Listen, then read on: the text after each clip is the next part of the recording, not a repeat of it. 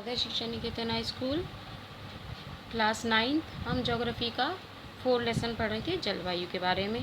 तो आज हम पढ़ेंगे कि इतना हम पढ़ चुके थे कि मानसून का आगमन इंडिया के अंदर कैसे होता है, कब से कब तक होता है। आज पढ़ेंगे हम ऋतु के बारे में। तो सबसे पहले पढ़ेंगे कि हम शीत ऋतु के बारे में। उत्तरी भारत में शीत ऋतु जो है नवंबर से आरंभ होकर फरवरी तक चलती है। कब तक चलती है? उत्तरी भारत में शीत ऋतु नवंबर से आरंभ होती और फरवरी तक चलती है, जो सर्दियाँ जो पड़ती हैं। भारत के उत्तरी भाग में जैसे दिसंबर में, जब जनवरी सबसे ठंडे महीने होते हैं, दिसंबर में, अब दिसंबर आ रहा है ना आपका, तो सबसे ठंडा होता है दिसंबर और जनवरी। तापमान दक्षिण से उत्तर की ओर बढ़ने घटता लगता है। पूर्वी तट पर चेन्नई का जो औसतन तापमान होता है वो 24 डिग्री सेल्सियस के करीब होता है चेन्नई में।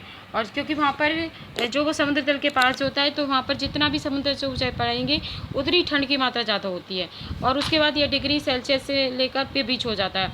दिन गर्म तथा रातें ठंडी होती हैं। उसी प्रकार इस ऋतु में जो देश में उत्तर पूर्वी व्यापारिक पवनें प्रभावित होती हैं और यह स्थल से समुद्र की ओर बहती रहती है, तथा इसलिए देश के जो अधिकतर भाग में शुष्क मौसम होता है। इन पवनों के कारण कुछ मात्रा में वर्षा तमिलनाडु के तट पर होती है, क्योंकि वहाँ पर यह पवनें समुद्र से स्थल की ओर जो है बहती चली जाती हैं। देश के उत्तरी भागों में एक कमजोर उच्च दाब का क्षेत्र बन जाता है, जिसमें हल्की पवनें इस क्षेत्र से भार होकर प्रभावित होती हैं। उच्चावच से प्रभावित होकर ये पवन जो होती हैं पश्चिम से गंगा घाटी में बहती हैं। शीत ऋतु में उत्तरी पवनों में जैसे पश्चिम एवं उत्तर पश्चिम से चक्रवाती विक्षोभ का अंतर्भार विशेषण लक्षण होता है। यह कम दाब वाली प्रणाली भूमध्य सागर और भूमध्य एशिया के पूर्व होती है। ठीक है, इसलिए क्या होता है, कई बार शीतकाल में मैदानों में क्या होती है, उत्तरी मैदानों में वर्षा होती है। और उससे क्या होता है, जो पर्वत होती है, जब उत्तरी मैदानों में वर्षा होती है तो क्या होता है, जो पहाड़ी इलाके होते हैं उनमें क्या होती है, बर्फ़ पड़नी शुरू हो जाती है, यानी कि हिमपात होता है, जिसको कहते हैं हिमपात। हिम माने बर्फ़ होती है, पात माने होती है। ठीक है, तो इसको जो शीतकाल में जो वर्षा होती है उसको महावट कहा जाता है। ठीक है, जहाँ पर शीतकाल में वर्षा होती है उसको क्या कहा जाता है, महावट कहा जाता है। प्रायद्वीपीय भागों में शीत ऋतु में स्पष्ट नहीं होती है।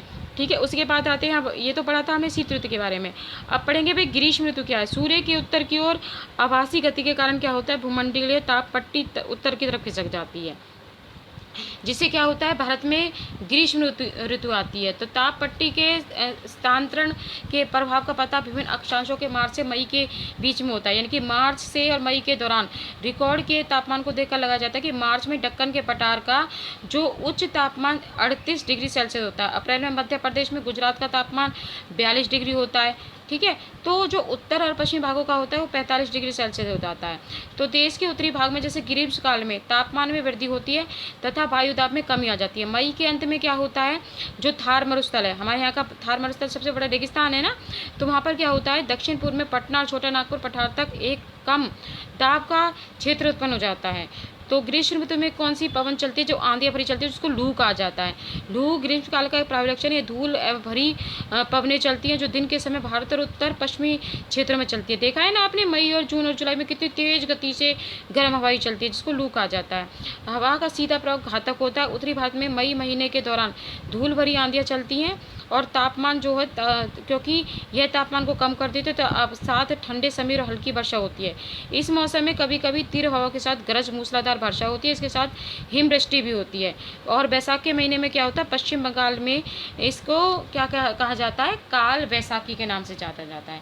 ग्रीष्म ऋतु में के अंत में कर्नाटक और केरल में पूर्व मानसूनी वर्षा होती है। इसका कारण आम जल्दी पक जाते हैं। क्या होता है, ग्रीष्म ऋतु के अंत में, यानी कि जब अंत होता है तो कर्नाटक और केरल के में प्राय मानसूनी वर्षा होती है, जिसके कारण क्या होता है, आम जो है जल्दी पक जाता है, इसलिए इसको आम्र वर्षा भी कहा जाता है। क्या कहा जाता है, आम्र वर्षा। समझ में आया। अब पढ़ेंगे कि भाई वर्षा ऋतु और मानसून का आगमन क्या है। जून के पहरा में उत्तरी मैदानों में, यानी कि हमारे जहाँ क्षेत्र में रहते हैं, और निम्न दाब की अवस्था तीव्र हो जाती है। यह दक्षिणी गोलार्ध की व्यापारिक पवनों को क्या करती है, आकर्षित करती है। ठीक है, और ये पवनें जो होती हैं समुद्रों के उपोष्ण कटिबंध क्षेत्रों में उत्पन्न होती हैं। ये पवनें महासागरों के ऊपर से होकर गुजरती हैं। ठीक है, गुजरती हैं और अधिक मात्रा में नमी ले आती है। नमी होती है ना मौसम में, और दक्षिण पश्चिम मानसून का भारत में अंतर्गत यहाँ मौसम के पूरी परिवर्तित कर देता है। मौसम के प्रारंभ में क्या होता है, दक्कन का पठार जो है वहाँ पर कुछ वर्षा होती है और वृष्टि छाया क्षेत्र में होता है। इस मौसम की अधिकतर वर्षा देश के उत्तरी भागों में होती है। खासी पहाड़ी के जो मानिशरम राम है, जहाँ देश की सबसे अधिक वर्षा होती है।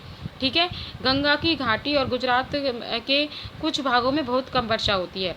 जो मानसून होता है वो एक अन्य परिघटना पर वर्षा में विराम इस क्षेत्र में आर्द्र शुष्क दोनों तरह के अंतराल में होते हैं। दूसरे शब्दों में मानसूनी वर्षा एक समय में कुछ दिनों तक होती है।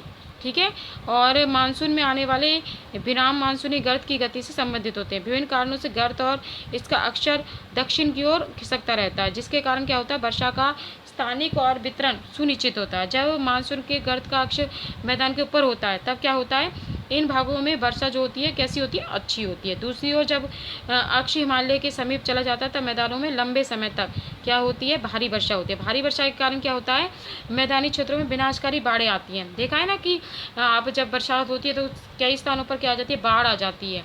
ठीक है, तो बाढ़ आती है और मानसूनी वर्षा की मात्रा समय को क्या करती है, निर्धारित करती है।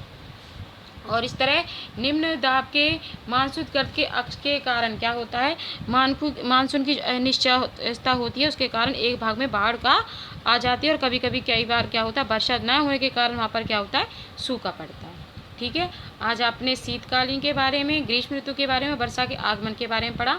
नेक्स्ट में पढ़ेंगे कि मानसून की वापसी कहते हैं, यानी कि वर्षा की वापसी होती है तो किस किन क्षेत्रों में बारिश करती हो जाती है। ठीक है, नेक्स्ट अगले क्लास में पढ़ेंगे।